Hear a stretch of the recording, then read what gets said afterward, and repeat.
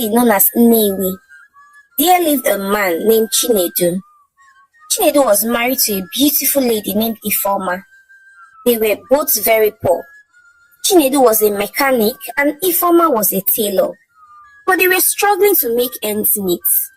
They could barely afford to feed themselves and their 5-year-old son Ikemefuna. It was as though they were under a spell. Nothing they did ever prospered. Chinedu was once a trader and dealer in motor spare parts.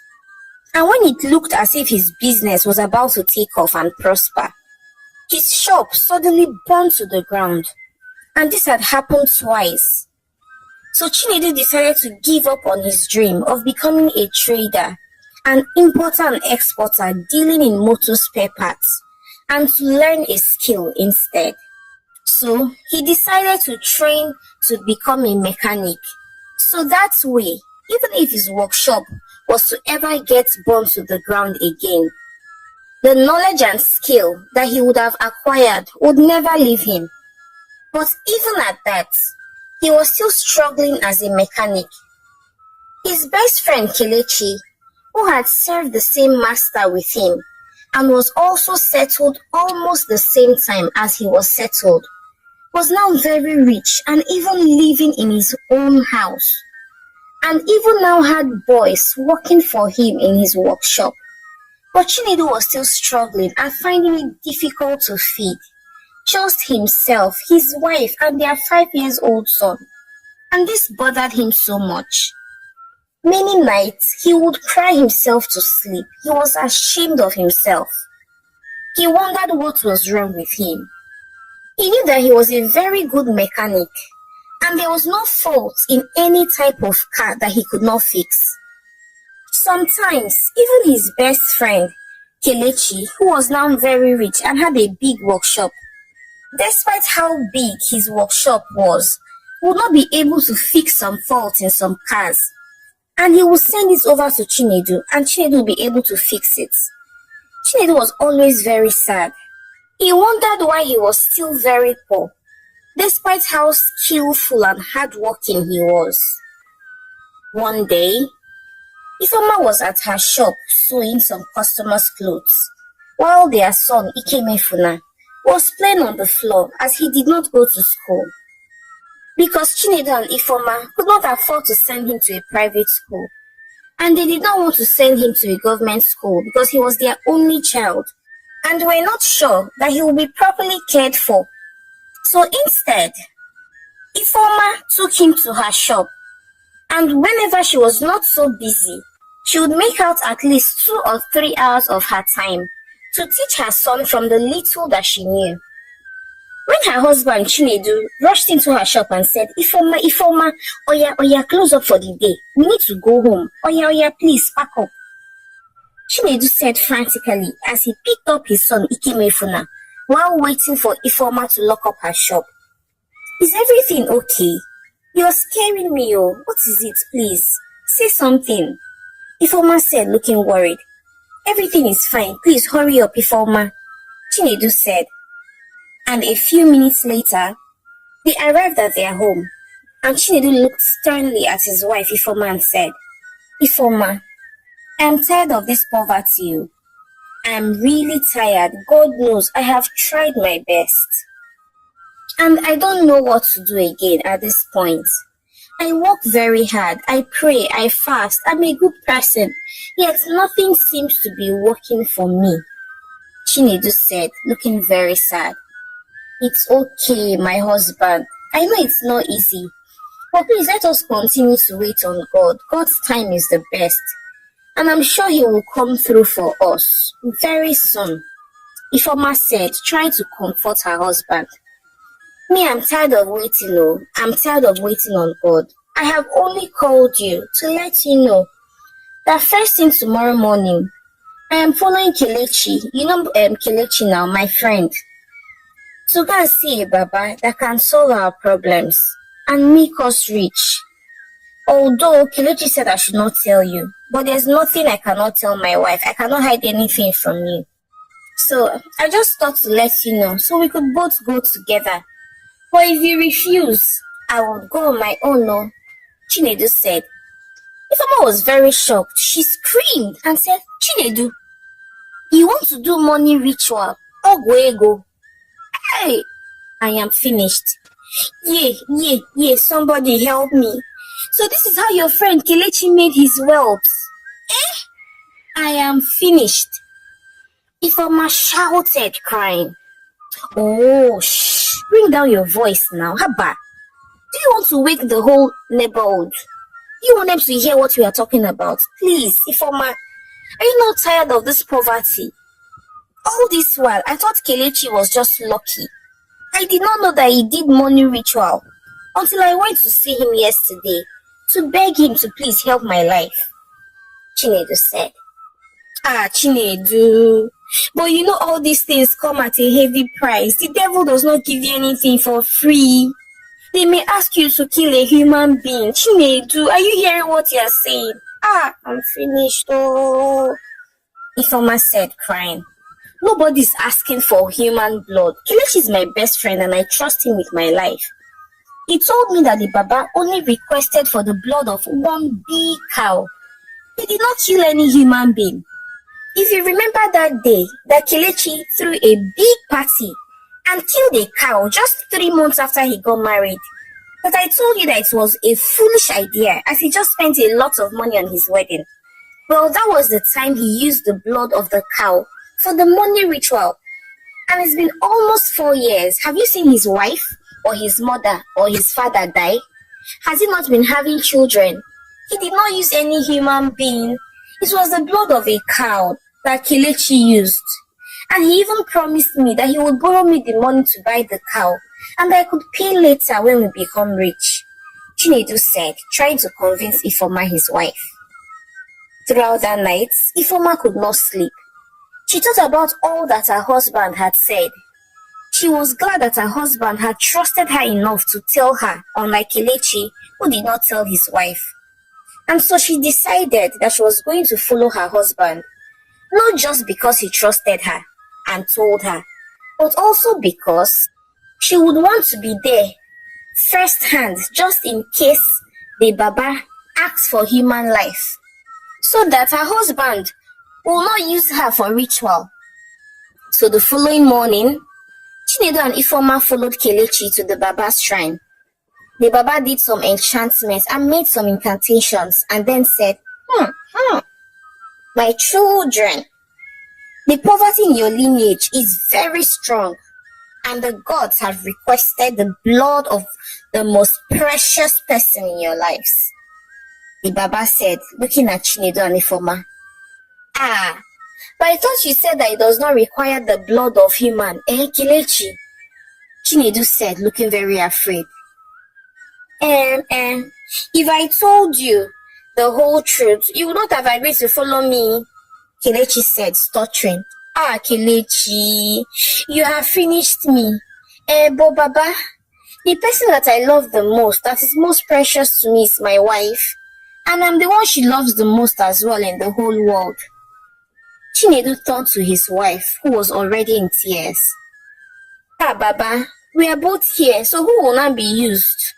Baba, please, there needs to be another way, Chinedu said sadly. My child, I said the person you both love the most, and it's neither of you. You both love your son the most, and the gods have requested for his blood. The Baba said, My son, K, God forbid. Ifeoma interjected, and with that, she immediately picked up her bags and ran away from the shrine, screaming and crying. While Chinedu ran after her, Ifeoma, wait, Ifeoma, please wait. But Ifeoma did not heed to his call. She continued running and running, heading straight for her home. Kelechi, on the other hand, apologized to the Baba and reassured him that they will be back shortly. Then he followed quickly after his friends. Ifeoma, upon getting to her house, hugged her son, crying and weeping bitterly. And the days that followed, she made sure that Ikemefuna was never out of her sight. She also refused to speak to her husband Chinedu. She was so upset with him.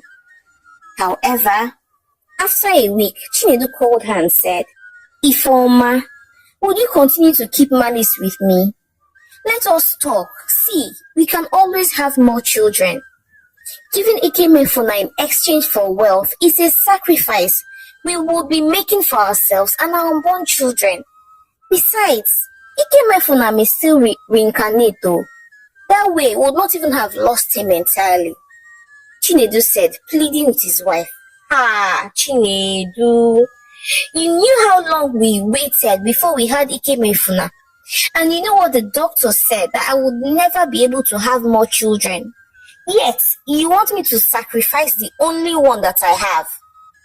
Also, how will you be able to sleep at night knowing that you killed your own child with your own hands, Chinedu? You are wicked though, Ifeoma said, crying. Ah no, Ifeoma, if we do this, you know that we will be able to afford the best medical care.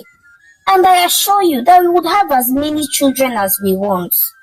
Also, we will not be killing anyone with our hands. We will only be killing a cow.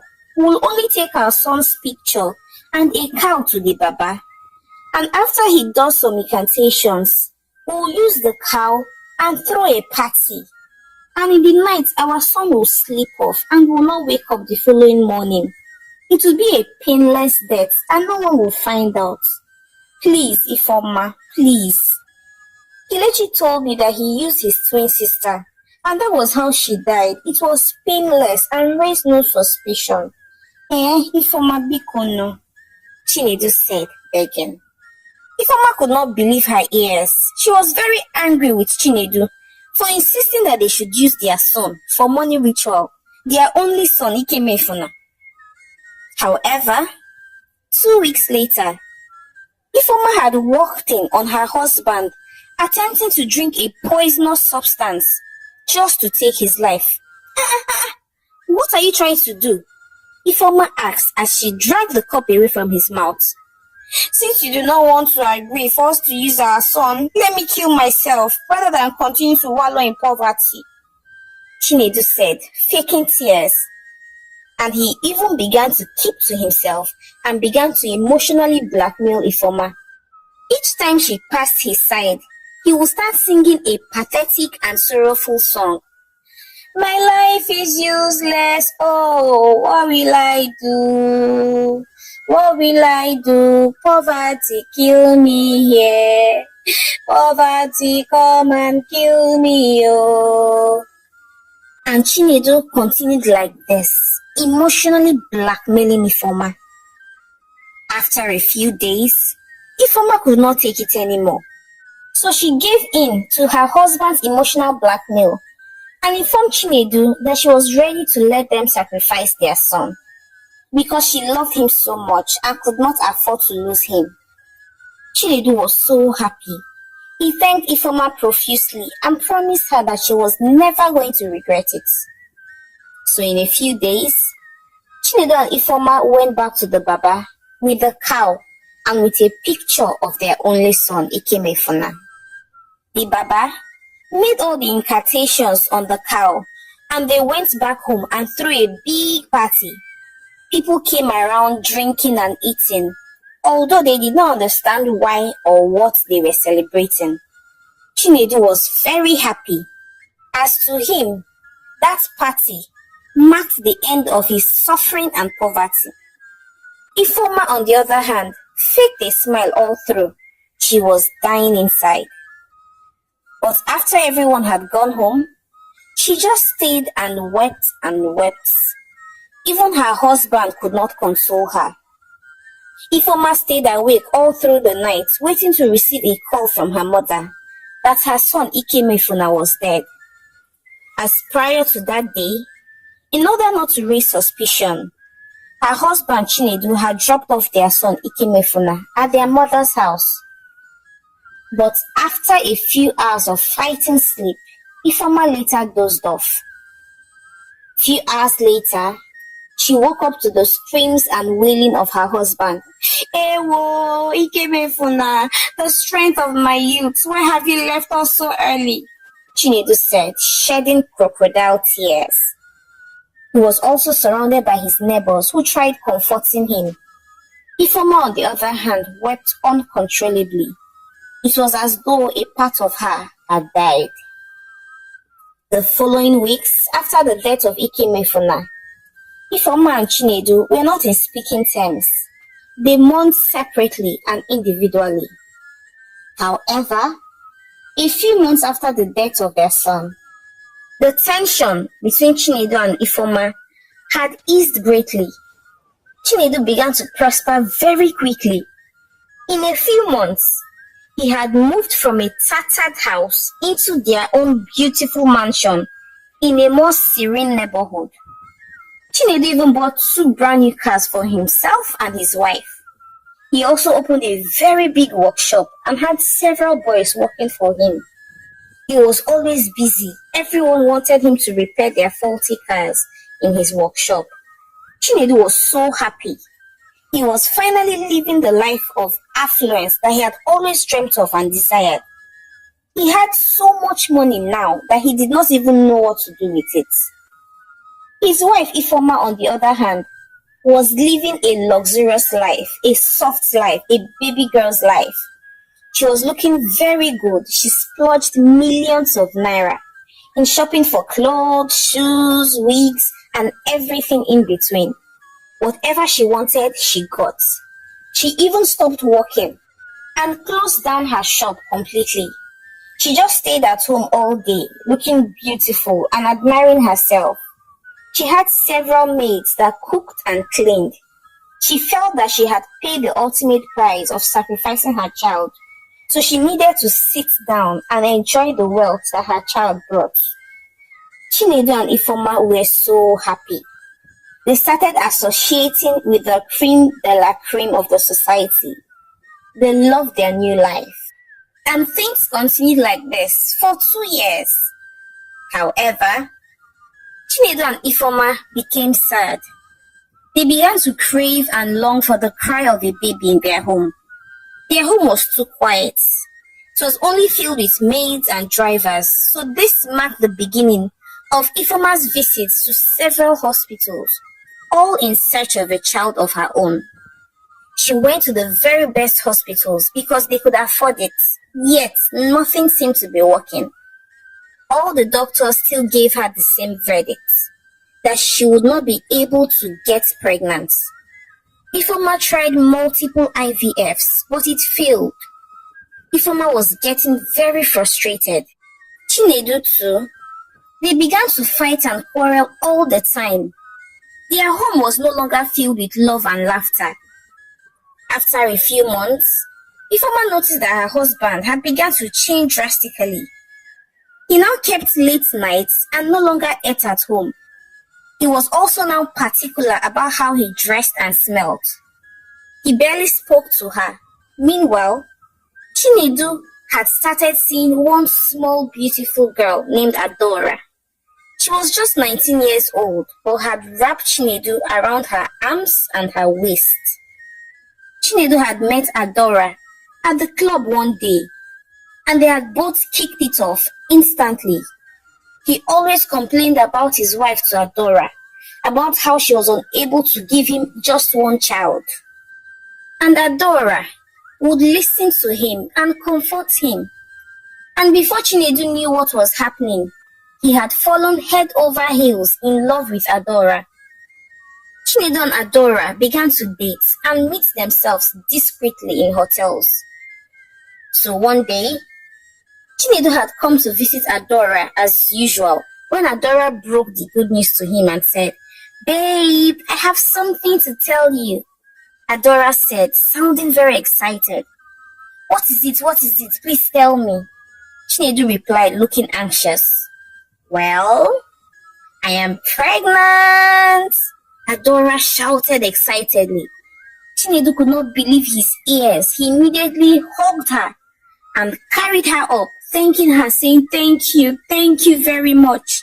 So I'm going to be a father again. Thank you, Adora," Chinedu said excitedly.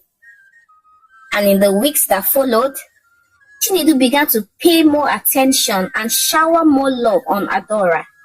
He barely went home. Meanwhile, his wife Ifeoma would be at home crying and weeping. She even began to regret why she agreed to use her son for money ritual. She was always sad. Few months later, Ifeoma was at home, just sitting and relaxed in her home, when suddenly, her husband, who had been away for over 3 weeks, walked in with a heavily pregnant Adora into her home with their luggages. Adora did not even wait to be introduced. She just went to the chair and sat down majestically. Ifeoma looked shocked at the pregnant lady who had made herself very comfortable in her own home, then turned to look at her husband. She was very shocked and confused and said, "Chinedu, what is the meaning of this nonsense?" Ifeoma asked, fuming. "Well, Ifeoma, this is my new wife, Adora, and the mother of my unborn children. As you can see, she's expecting a baby, something you clearly cannot do. After all my money that I have wasted on you, from one treatment to the other," Chinedu said. "Did you just say your money? Have you forgotten so soon what I had to sacrifice to give us this money, Chinedu? So you have suddenly developed amnesia. Abi, you are wicked. Men are indeed scum," Ifeoma said, crying. However, things got worse for Ifeoma in her home. And despite how young Adora was, she took control and full charge of the home. Adora instructed the maids that nobody should obey whatever Ifeoma told them, unless she, Adora, approved it. If not, she was going to sack them. Adora locked the kitchen so Ifeoma would not have access to it. Ifeoma was getting frustrated. And as if that was not enough, Chinedu no longer gave her money. He would tell her to ask Adora, his new wife. Ifeoma was always hungry. She even began to sell all the luxurious items that she had acquired over the years, just so she could, eat some food. Chinedu had even kicked her out of their matrimonial room, so that Adora, his new pregnant wife, could move into their matrimonial room. And this was the last straw that broke the camel's back for Ifeoma. One day she walked up to Chinedu and said, "Chinedu, how could you do this to me? You made me agree to use our only child for money rituals. And you knew before then that I could no longer have children because of the complications I suffered while birthing Ikemefuna. Yet you did not care. Now, not only have you gotten another woman pregnant, but now you no longer allow me access to our money. The money we got from using my son's life for money ritual. Chinedu, you are wicked. But you will not go scot-free. That I can promise you. I will deal with you," Ifeoma said, crying. Let me hear what. Because you cannot do more than a dead rat. And besides, you keep on saying, my son, my son. Was Ikemefuna also not my son? Did I force you? Did we not both agree? Besides, did I tell you to close down your shop? If it was still open, the way I'm prospering in my mechanic business is the way you would have been prospering in your fashion designing business. So the money coming in from the mechanic business is mine, not yours. And I will do with it whatever I like. I would use it to take care of the woman who can bear me children and keep my name alive," Chinedu shouted angrily as he walked out.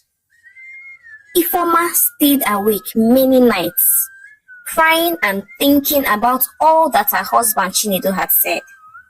She thought of a way to make him pay back. Then one day, she came up with a perfect plan. So a few weeks later, Ifeoma visited the Baba that had given them wealth in exchange for their son's life in his shrine and said, "Baba, my husband has hijacked our wealth. He has taken all the money and wealth that the gods gave us after we gave our son in exchange. Baba, I am suffering. He has taken another wife who is heavily pregnant for him. Baba, I'm willing to pay any price. I want my own money. I'm willing to pay any price," Ifeoma said, crying. Ah, my daughter. Hmm. This is deep. You know that it would cost you the person you love the most. Are you sure you are willing to make that sacrifice again? The Baba replied, looking concerned. Baba, I am ready. If I can give my son, I am sure I can give the next person I love the most. Please tell me, Baba, who is the God requesting? Ifeoma said, looking determined. The Baba went ahead and did some incantations and then said, the gods have asked for the life of your husband. Ifeoma was so happy. Baba, I am willing to do as you said. In short, I will do as you have requested. And so, the Baba told her to get a cow and her husband's picture, after which she would kill it and throw a party.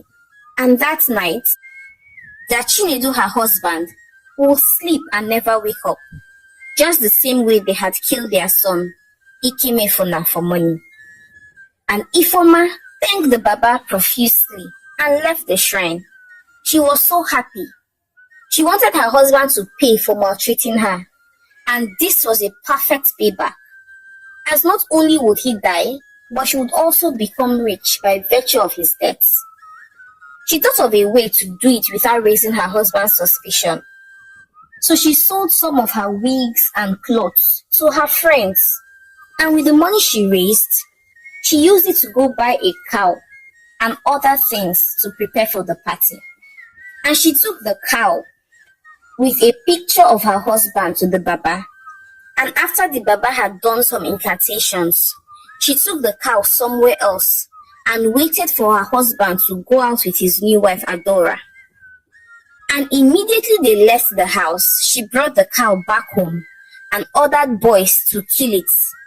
And people started cooking and preparing for a party. The party began in full force in less than 2 hours. Ifeoma was so happy that she had killed the cow, because if her husband had seen the cow, he would have had an idea of what was happening or what she was planning to do, and would have stopped her from killing the cow. A few hours later, Chinedu was driving back home and was in his neighborhood when he started hearing loud noise and music. He was shocked and saw people trooping in and out of his home with party packs and food.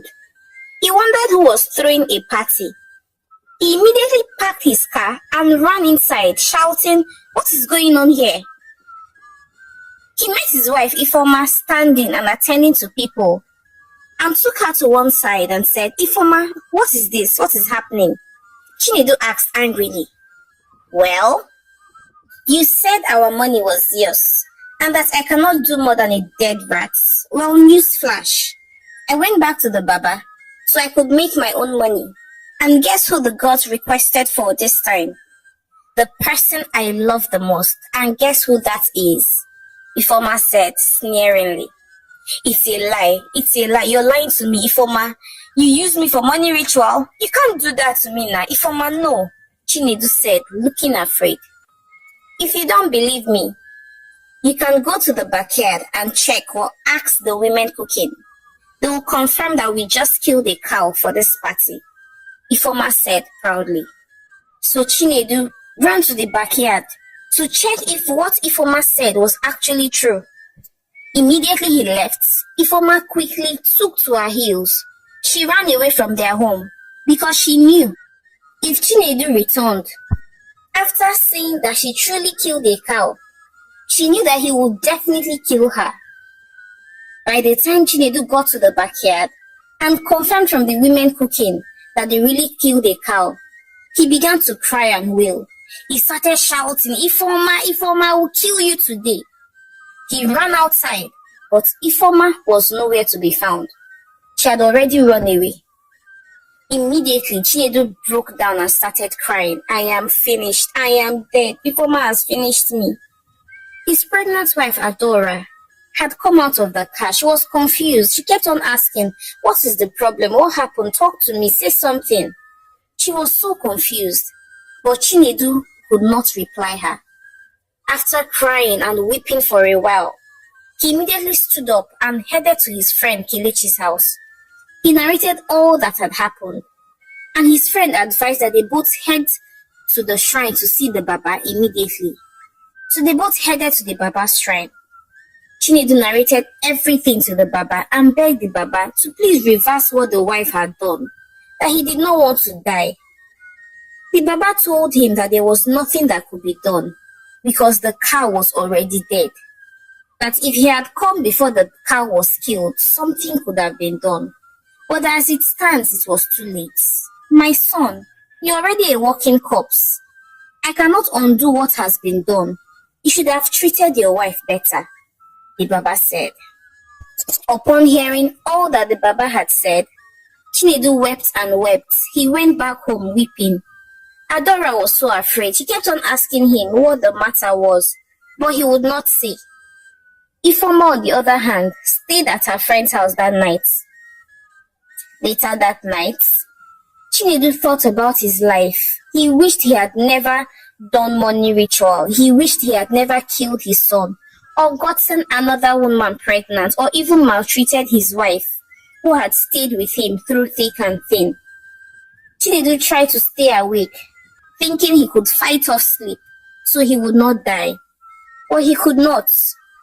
He later slept off and never woke up again.